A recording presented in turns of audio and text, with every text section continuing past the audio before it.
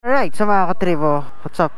It's me again, Aaron TV, and welcome back to my channel, Aaron TV. And for this video, gamit natin itong ating Raider 150 carb. And may ride tayo ngayon, punta tayo ng Lingayen. And ngayon, subukan natin, i-review natin yung ating 28mm na carb na ikinabit dito sa ating Raider 150. Let's go!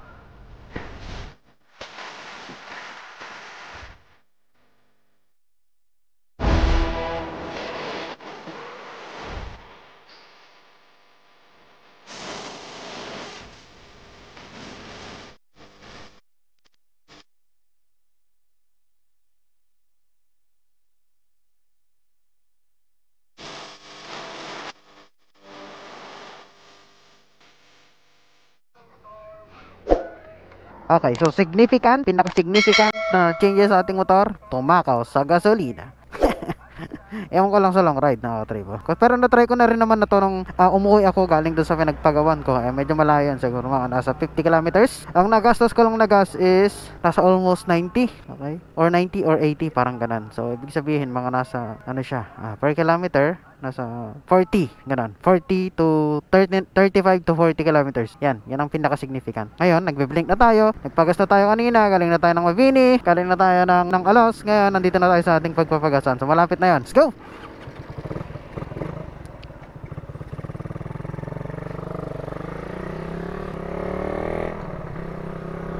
Alright. Doon sa pagkalakas niya sa gas mga katribo, it gives extra power naman. Yan ang pinaka nakikita kong pinaka changes nitong ating Raider carb. At the same time, lagi tayo namamatayan. Ganun talaga eh. Yung talagang cons ng kapag naka-carb ka na. Mahirap na siyang ito, no? Yan. Pero ngayon, nagpapagas ulit tayo mga katribo, pero 120 lang. So grabe yung power. Okay, talagang ibang iba oh. Ayan oh. Yan. Naano ko lang na pumiga ng pumiga dahil medyo mahal ang gas ngayon. So nabili pala natin yung ating 28mm sa Shopee. Nasa around 1,000 plus, almost 1,000 plus siya. Ililink ko na lang dyan sa comment down below ang link kung saan saan ko siya nabili. Ayan. It's a sunny day today. Napakagandang mag-ride mga katribo. Ngayon lang ulit ako nakapag-ride after ilang days ng pasok. So it's a Wednesday today mga katribo. Supposed to be dapat magpapalit ako ng 38 Jat, kaso lang wala pa akong nabibili. Tapos ito tono ulit dun sa mekaniko na pinagpagawan natin. Pero soon, gagawin natin yan mga katribo. But for now, let's ride it all.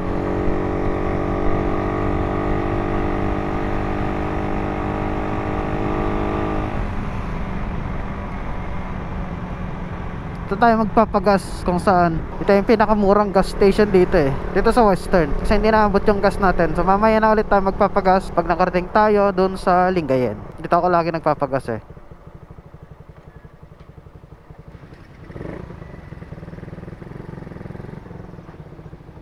Hindi ako bumabamba. Kailangan ko lang talagang bambahin para hindi mamatayan. 120 premium. Tingnan natin kung gaano karami yung may kakarga. So empty na to ha. Ay hindi, meron pang laman. Hindi ko alam kung may problema yung gauge ko, wala. So ayan, 120. Ilang litro ang papatak? Okay, tayong pera. 120. Okay na boss? Gana? Dos. Thank you. Ayan, meron tayong 2 liters to be exact. 2 liters. Ayan, 120. Ayan, medyo marami ang ating gas. Tingnan natin kung saan naabot. Okay, so gas consumption test ng 28mm carb. Compute natin na maigi. So in-out natin, meron tayong 58,315. Yan. Mamaya, kapag naubos yung gas natin na 120, which is 2 liters, i-compute natin ulit, titingnan ulit natin yung odo natin. Doon tayo magbabase kung ilan yung gas consumption natin. Let's go.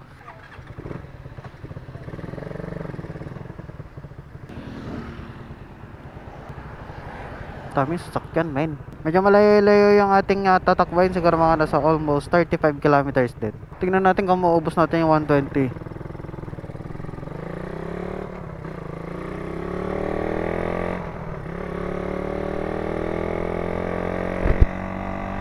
Naiinis nga lang ako dito mga katribo minsan dahil ang hirap hanapin ng neutral. Tapos laging namamatayan.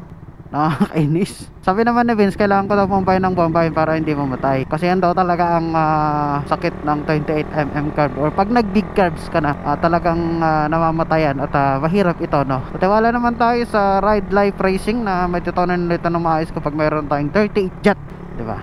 Yan. So ito ay review ng 28mm mga katribo. Sa mga gustong magpakabit ng 28mm ay ito ang may experience ninyo. Okay, so malaki ang kaibahan niya sa stock carb when it comes to power delivery. And yon, yung hagok, yung lakas andun talaga. Tapos together with matching 45 tip, talagang bubulusok ko talaga mga katribo. Tapos may mga konting headworks din na ginawa dito noon. So yon, talagang nag-iba ang takbo. At the same time, nagpalit rin tayo ng block. Para yung block natin mga katribo ay stock pa rin. Hindi tayo mangi-scam. Hindi natin ugaling mangi-scam mga katribo. Stock pa rin yon. Ang nangyari ay nagkaroon ng kayad yung ating yung dati na block nito nung nabili ko, may guhit na sa gitna.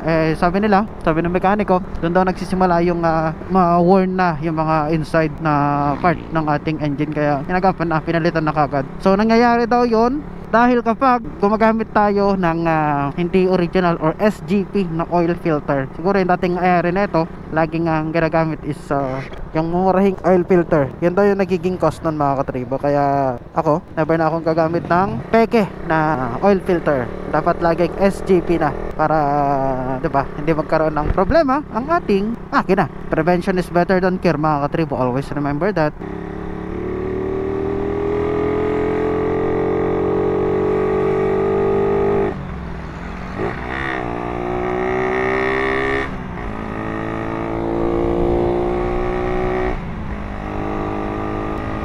Okay, so nabawasan na tayo ng isang bar. 3 bar na lang tayo ngayon. Uy, bumalik ulit. Tsaka yung kapag nagme-menor ako mga katribo, yung downshift ako, medyo umaano siya, parang humahagok, tinan niya. Tapos ang bilis ng idle. Tapos kapag maglo-low gear ka, ang hirap hanapin. Kailangan mong bombahin talaga. Ayan, namatay. Wala talaga yung sinasabi ko. So gas consumption to, review natin. And yan, tingnan natin sa ating 28mm carb na Koso. Koso ba or Keihin? Hindi ko alam eh. So tapos na natin i-review yung ating 45 teeth. Basa. So tapos na natin i-review yung ating 45 teeth na sprocket mga katribo. Dito naman tayo sa ating 28mm carb. Sabi ni Vince, makukuha ko rin daw to. Dapat ko lang daw sanayin yung sarili ko sa ating carb ngayon. Pakiramdam mo dito, kada pumipiga ako umiihi siya ng gas, ganun. Pero ganun talaga, nagdagdag tayo ng power, syempre madadagdagan din tayo talaga ng gas consumption. Asahan natin yan mga katribo. Hindi ko pala nadala ang aking ID. Ayos lang yan. Tayo ay magkakaroon ng seminar ngayon mga katribo. Seminar sa Lingayen. Tagal-tagal ko na rin hindi ginagawa. Tawag sasakyan sana ako, kaso lang kita nyo naman sa balita, di ba? Mahal ng gas.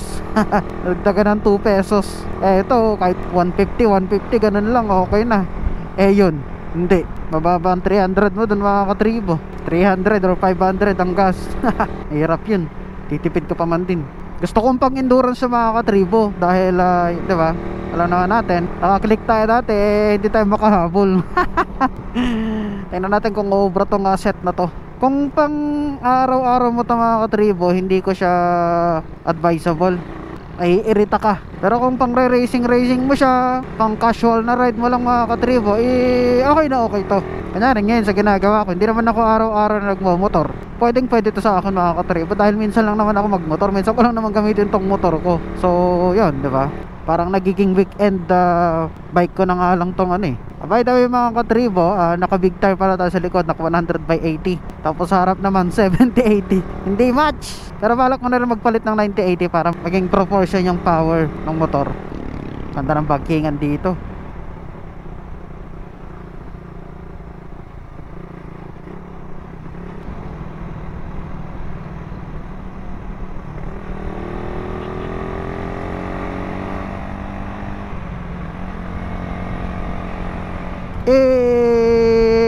Pag low gear mga katribo, para siyang namamatayan. Ganun ang pakiramdam eh. Kaya kung gusto nyo mag 28mm carb, panoorin nyo to hanggang dulo. Yung gas consumption nya, yung kanyang power, ito nyo makikita. Walang yoko, 90, walang yoko, 95. Grabe yung stable ng power nyo. Hindi nahihirapan yung makina, grabe. Parang minimal lang yung binibigay niyang power. Hindi siya stress. Pero high speed na tayo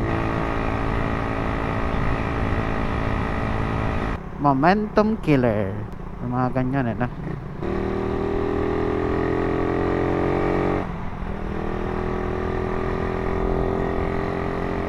Wala tayong busina.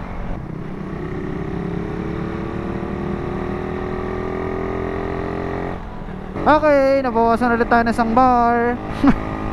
Lakas Pero kapag titignan mo naman yung gas tank ko, ang dami pang karga. Siguro hindi na reliable yung ating floater or gas tank floater. O ayan madagdagan na naman siya. Normal ba yun mga katribo? Lapit na tayo. Past 8 na. Ano yung gagawin namin doon? How I wonder.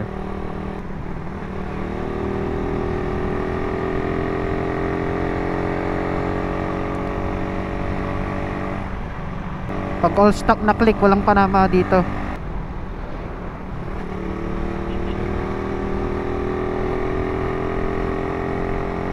Nandito na tayo sa mga bayan-bayan mga katribo. Hindi na tayo pwedeng bumira dito. Ito yung sentro ng Pangasinan mga katribo. Hey.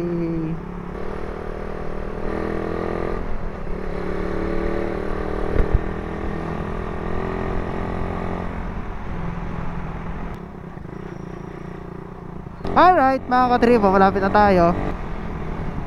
LTO main. LTO, may LTO. Shemay.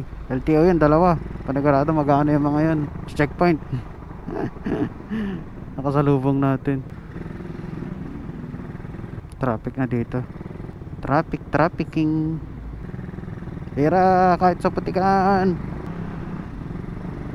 Hindi tayo makakausad kapag hindi tayo puputik. Putik tayo bibira ng putik, wala.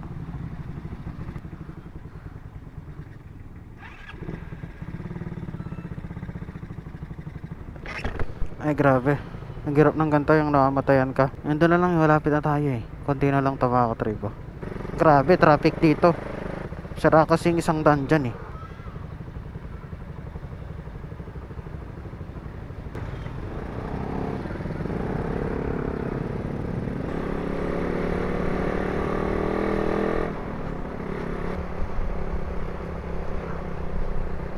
Okay, Lingayen na tayo mga katribo. Alright, tagal ko na hindi nakapunta dito. Ito ang capital ng Pangasinan mga katribo. Huwag kang kukupal-kupal dito dahil daming mga dito, traffic enforcer. Kapag hindi mo alam yung tinadaanan mo dito, awit ka. One way na nga pala dito, tapos dun yung exit mamaya. Alright, so tapos na ang ating seminar mga katribo, at pauwi na tayo.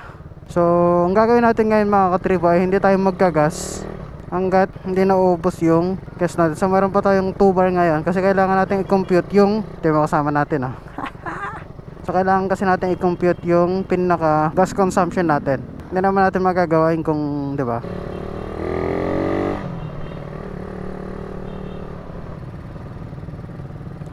Feeling ko makakasama nating mag-ride tong mga to. Yung mga kasama natin sa Mabini. Dahil sila ay nakamotor din. So yun lang, nakakatakot kasi traffic. Malaki ang chance na mamatayan tayo. Grabe. So naka-performance setup tayo ngayon. Tingnan natin kung ano magiging outcome nito.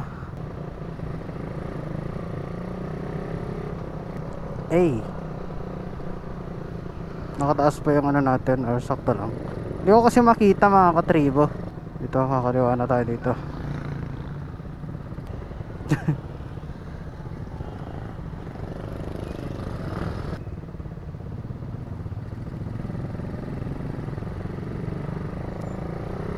Ito ang traffic. Sumasabak tayo sa traffic ng naka 28mm curve. Good luck talaga. Ay grabe. Iyan sacrifice talaga.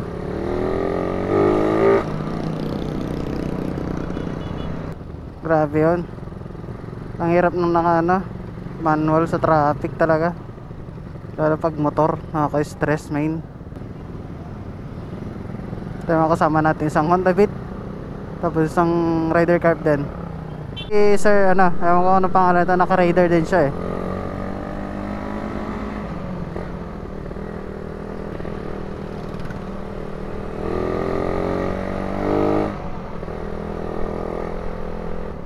Iwan tayo. Maabutan din naman natin yung mga yan.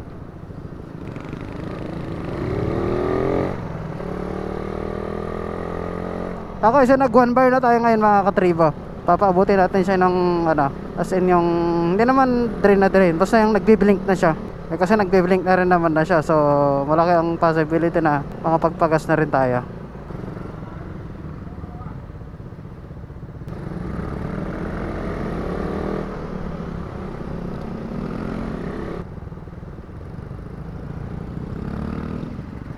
Okay, magpapagas sila. Mamaya ako magpapagas.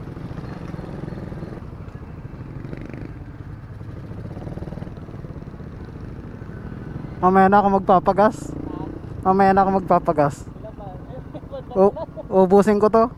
Aabot? Kung saan naabot.